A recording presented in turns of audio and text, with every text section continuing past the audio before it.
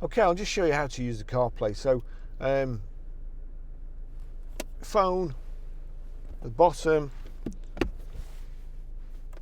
your charging lead or a USB cable, plug into your phone like so.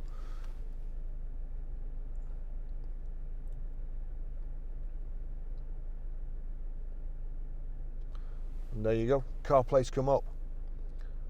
Now from CarPlay you can do pretty much everything.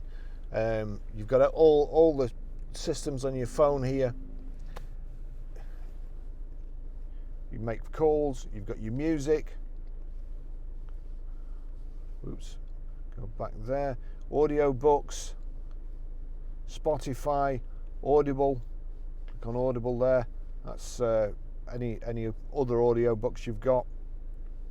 Google Maps.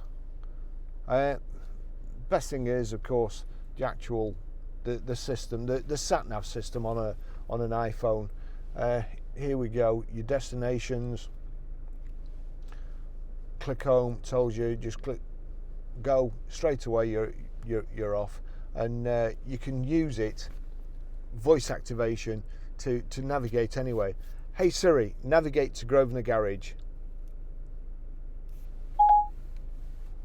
Getting directions to Grosvenor Garage.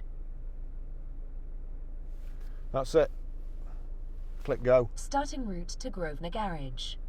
When you think normally, Proceed to Chorley Road, then turn right.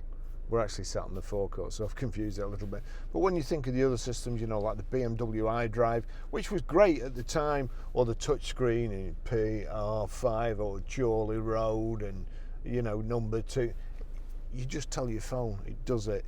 It's just so easy. You can do it on the move. Fantastic system. Thanks for watching.